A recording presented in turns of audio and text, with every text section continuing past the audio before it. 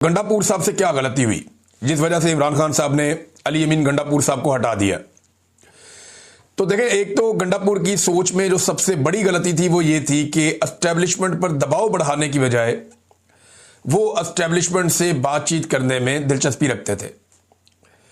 देखें, इमरान खान ने जब अली अमीन गंडापुर को कहा कि आप एहतजाज करें, आप सड़कों पर आएं, आप जोर लगाएं और आप दबाव बढ़ाएं, अगर ये दबाव बढ़ाते तो एस्टेब्लिशमेंट चल के इमरान खान के पास जाती और कहती जी कोई रास्ता निकालें, तो फिर इमरान खान एक नए इलेक्शन की तरफ या मामलात की बेहतरी की तरफ जा सकते थे।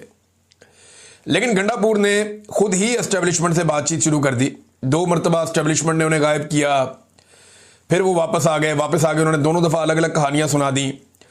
तो गंडापुर साहब की सोच में, और ये मुझे उन्होंने जून 2024 में बताया भी था, मैंने ये बात पहले कही भी है कि गंडापुर साहब ने कहा था कि इमरान खान जब भी बाहर आएगा मेरी बात आप लिख कर ले लें, ये एस्टेब्लिशमेंट के साथ कोई बातचीत करके ही बाहर आएगा, वैसे बाहर नहीं आएगा, डील करके आएगा। गंडापुर को पहले दिन से ये लगता था, पहले दिन से इन्होंने हार मानी हुई थी। तो इमरान खान साहब की नज़र में जो सबसे बड़ी गलती हो सकती है, एक तो ये है कि इमरान खान साहब के अहकामात को इन्होंने माना नहीं। दूसरा, इमरान खान साहब को यह फैसला बहुत पहले कर लेना चाहिए था। देखिए, उनका अपनी पॉलिटिकल पार्टी है, उनका अपना पॉलिटिकल पार्टी के बारे में अपना ओपिनियन है, अपना फैसला, अपनी टाइमिंग है, वो तो इमरान खान साहब तय करेंगे। लेकिन मेरा तजिया यह है कि इमरान खान साहब ने यह फैसला बहुत देर से किया। यह फैसला इमरान खान साहब को वक्त रहते कर लेना चाहिए था, क्योंकि 26वीं आईनी तरमीम अब वापस नहीं हो सकती। अदालत में उसका केस तो चल रहा है, लेकिन क्या होगा हम सब जानते हैं, क्योंकि जो जजेस 26वीं आईनी तरमीम का मुकदमा इस वक्त सुन रहे हैं, यही जजेस 26वीं आईनी तरमीम के बेनिफिशरीज हैं। तो कैसे हो सकता है कि ये जजेस 26वीं आईनी तरमीम का फैसला उसके खिलाफ दे दें? 36 आईनी दरखास्तें आई हुई हैं, और बल्कि होना तो ये चाहिए था कि ये जजेस सारे खत्म कर देते मामला और उन 16 जजेस को ये मुकदमा दे दिया जाता जो 26वीं आईनी तरमीम के बेनिफिशरी नहीं थे, उससे पहले वहां मौजूद थे। तो दूध का दूध और पानी का पानी हो जाता। सीनियर जजेस को इससे बाहर रखा गया है। अब 26वीं आईनी तरमीम पास हो गई, ये गंडापुर साहब का एक कारनामा है। अगर इमरान खान साहब इनको पहले हटा देते तो 26वीं आईनी तरमीम इतने आराम से पास ना होती। फिर खैबर पख्तूनख्वा में जो मिलिट्री ऑपरेशन हो रहा है उसमें अली अमीन गंडापुर मुकम्मल तौर पे नाकाम रहे, बल्कि वो एस्टेब्लिशमेंट से खुलकर बात ही नहीं कर सके कि ये क्या हो रहा है और इसको कैसे रोका जाए। फिर जो पाकिस्तान तहरीक इंसाफ के कारकुन शहीद हुए, जिन्हें अली अमीन गंडापुर अपने साथ लेकर गए थे और उन्हें छोड़ा है डी चौक में उनकी लाशों को, उनका कोई उनका पता आता नहीं किया इन्होंने, उनको इंसाफ दिलाने की कोई कोशिश नहीं की। अब पैसा वैसा बांट देते हैं, सरकारी पैसा है, या जब वजारत आला की सीट पे आप बैठे होते हैं, जिसको भी आप कहते हैं 2, 4, 10 करोड़ रुपया वो दे देता है। तो गंडापुर साहब ने पैसे वैसे तो बांट दिए, लेकिन जो 26 नवंबर के जो कारकुनान शहीद हुए पाकिस्तान तहरीक इंसाफ के या उसके आगे पीछे भी, उनको फरामोश किया।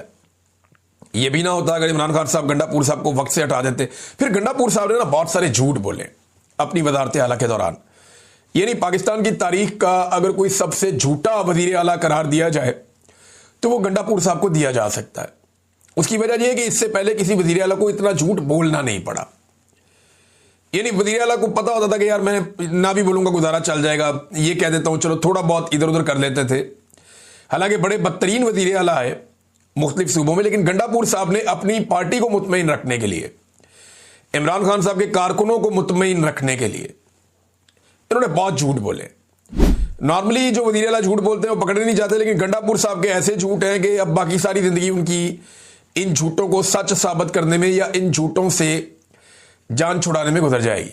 इतने झूठ गंडापुर साहब ने बोले हैं अपनी वजारत आला में। यानी अब उनके पास बहुत टाइम है, वो हाइकिंग करें, पहाड़ों पे चढ़ें, 8 जिले क्रॉस करें, जो दिल करता है करें। लेकिन गंडापुर साहब ने अपनी सियासत को बुरी तरह तबाह किया है।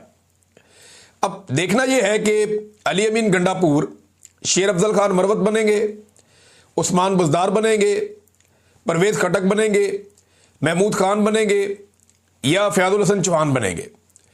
देखना यह है कि अली अमीन गंडापुर साहब मुस्तकबिल में क्या बनना पसंद करेंगे। इनके बड़े अच्छे ताल्लुकात थे एस्टेब्लिशमेंट से। जिस वक्त ये खबर आई तो फौरी तौर पे एक भूचाल मच गया। अभी मैं आपको बताता हूं नया वज़ीर आला कौन आ रहा है और इसके क्या इम्तिहान क्या होंगे इसके बड़े, और कौन सी चीजें हैं जो इसके सामने आकर खड़ी हो जाएंगी। और इज्जत और जिल्लत का फैसला तो मेरा रब करता है, लेकिन कुछ चीजें हैं जो इसके गले पड़ेंगी। अब मामला यह है कि गंडापुर साहब ने जो कुछ किया इस 1.5 साल में, उसने पाकिस्तान तहरीक इंसाफ को और इमरान खान साहब को बहुत ज्यादा नुकसान पहुंचाया। आज से 3 महीने पहले गंडापुर ने एक स्टेटमेंट दिया था और उस स्टेटमेंट में गंडापुर ने कहा था जी कि 3 महीने में अगर इमरान खान को रिहा ना करवा पाया तो मैं ये बता देता हूं कि फिर उसके बाद सियासत छोड़ दूंगा या हम सियासत छोड़ देंगे। अभी 3 महीने पूरा होने में 1 दिन बाकी था। जरा सुन ले क्या कहा था गंडापुर ने। दिन का आगाज हो गया है, या हम सियासत छोड़ेंगे और या इमरान खान को रिहा करवाएंगे। ठीक है जी, 90 दिन का आगाज हो गया है, या सियासत छोड़ेंगे या इमरान खान को आजाद करवाएंगे। अभी 1 दिन बाकी था, लेकिन जब आदमी जेल में बंद होता है ना तो दिन ऊपर नीचे हो ही जाते हैं। मैं क्योंकि इससे गुजरा हूं, मुझे आइडिया है। तो खान साहब ने 1 दिन पहले अली अमीन गंडापुर साहब से जान छुड़ा ली।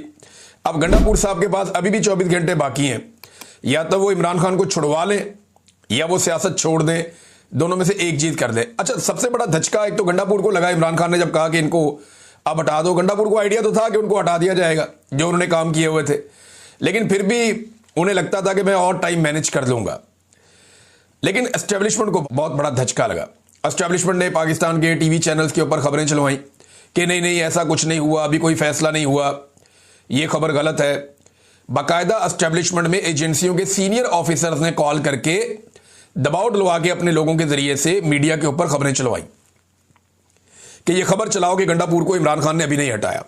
फिर पाकिस्तान तहरीक इंसाफ की क़यादत पर भी दबाव डाला कि तुम भी ये बात करो, तुम भी ये बात करो, तुम भी ये बात करो। तो बैरिस्टर गौर वगैरह भी ये बात करना शुरू हो गए, जी नहीं इमरान खान ने अभी ऐसा कोई फैसला नहीं किया, हम बताएंगे आपको। और सारे मिलकर कोशिश कर रहे थे कि कुछ ना कुछ करके गंडापुर की वजारत आला बचाई जाए। फिर यह भी बंदोबस्त किया गया कि गंडापुर साहब की फौरी तौर पे इमरान खान से मुलाकात करवाई जाती है, लेकिन अब फायदा कोई नहीं। अब पछताए क्या जब चिड़ियां चुग गई खेत, इमरान खान साहब अब कहां मिलते हैं। फिर यह भी कोशिश की कि बात करवाई जाए, इमरान खान से मुलाकात करवाई जाए, लेकिन इमरान खान साहब ने अब फैसला कर लिया था और वो फैसला उन्होंने बड़ी सोच विचार के बाद किया है। और ये एक रिएक्टिव फैसला भी कह सकते हैं, क्योंकि औरंगजेई के अंदर पाकिस्तानी फौजी जवान और एक लेफ्टिनेंट कर्नल वो शहीद हुए हैं दहशतगर्दों के साथ लड़ाई में। 9 लोगों की शहादत हुई है, दूसरी तरफ दहशतगर्द भी मारे गए हैं।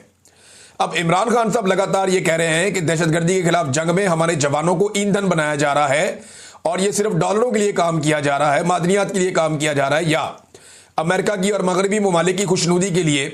इमरान खान साहब तो साफ नाम लेकर कहते हैं कि आसिम मुनीर साहब ये कर रहे हैं, वो दहशतगर्दों के खिलाफ है, दहशतगर्दी के खिलाफ है, लेकिन वो एक कौमी पॉलिसी बनाना चाहते हैं इस बारे में, क्योंकि ताकत के इस्तेमाल से कभी भी दहशतगर्दी खत्म नहीं होगी। दिमाग के इस्तेमाल से दहशतगर्दी को आप काबू कर सकेंगे। दिमाग और ताकत का आप एक साथ इस्तेमाल करेंगे तो आप इसको अचीव कर लेंगे, इमरान खान साहब का ये कहना है। अगले वीलॉग में आपको बताऊंगा। अब तक के लिए इतनी, अपना ख्याल रखिएगा, अपने चैनल का भी। अल्लाह हाफिज़।